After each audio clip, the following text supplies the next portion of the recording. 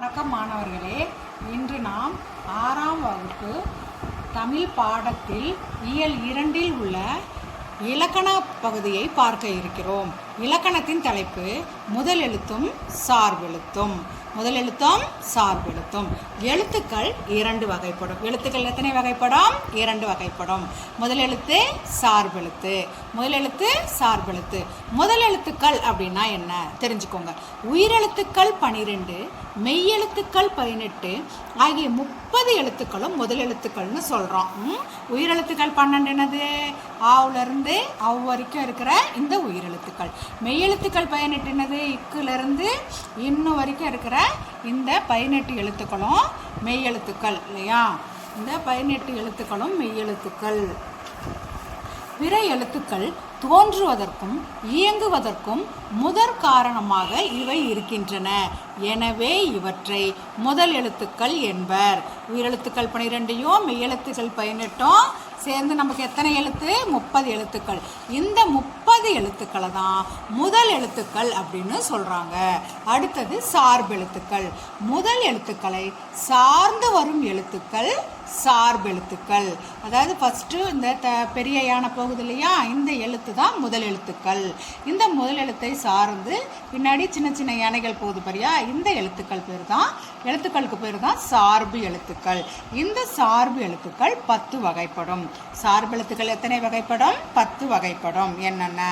உயிர்மெய், ஆயுதம், உயிரளபடை, ஒற்றளபடை, குற்றிய லிகரம், குற்றிய லுகரம், ஐகார குறுக்கம், ஔகார குறுக்கம், மகர குறுக்கம், ஆயுத குறுக்கம்.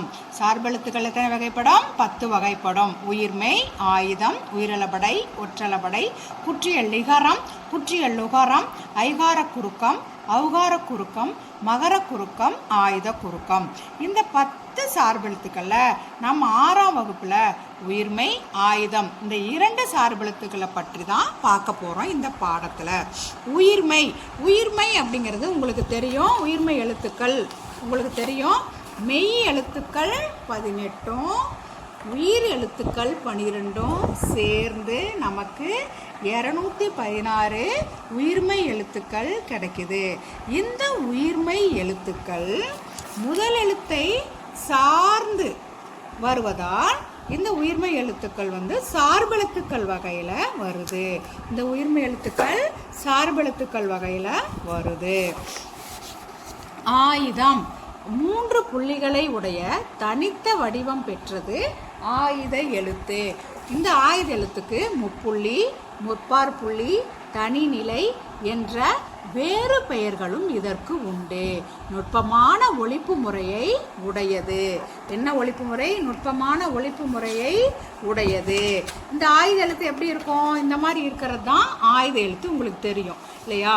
அடுத்து தனக்கு முன் ஒரு குறில் எழுத்தையும் தனக்கு பின் ஒரு வல்லின உயிர்மெய் எழுத்தையும் பெற்று சொல்லின் இடையில் மட்டுமே வரும். ஏன்னா ஆயுத எழுத்து தனக்கு முன் ஒரு குறில், தனக்கு பின்னாடி ஒரு என்னது வரும்? உயிர்மெய், வல்லின உயிர்மெய் எழுத்தை கொண்டு தான் வரும். சரியா? ஆயுத எழுத்து எப்பயுமே இடையில் மட்டும்தான் வரும். ஒரு சொல்லுக்கு முதலிலோ இறுதியிலோ வராது. வந்தால் பொருள் கிடையாது. அதனால தனித்து இயங்காது. ஆயுத எழுத்து தனித்து இயங்காது. முதல் எழுத்தாகிய உயிரெழுத்தையும் மெய்யெழுத்தையும் சார்ந்து இயங்குவதால் இந்த ஆயுத எழுத்தும் சார்பெழுத்து வகையில் அடங்கும். இப்போ முதல்ல இருந்து பார்க்கலாம் வாங்க. முதல் எழுத்தும் சார்பெழுத்தும். முதல் எழுத்துக்கள் எத்தனைன்னு சொன்னேன்? முதல் எழுத்து சார்பெழுத்து என 2 வகைப்படும். முதல் எழுத்துக்கள் உங்களுக்கு தெரியும். 30 எழுத்துக்களும் முதல் எழுத்துக்கள். அந்த முதல் எழுத்துக்களை சார்ந்து வரக்கூடிய எழுத்துக்கள் தான் சார்பெழுத்துக்கள். அந்த சார்பெழுத்துக்கள் 10 வகைப்படும் தெரிஞ்சுங்க.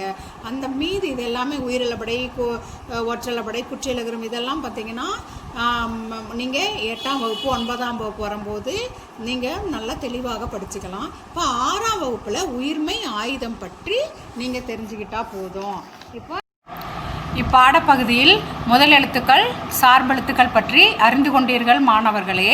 இந்த வீடியோ உங்களுக்கு பயனுள்ளதாக இருந்தால் லைக் பண்ணுங்கள், உங்களுடைய ஃப்ரெண்ட்ஸுக்கு ஷேர் பண்ணுங்கள்.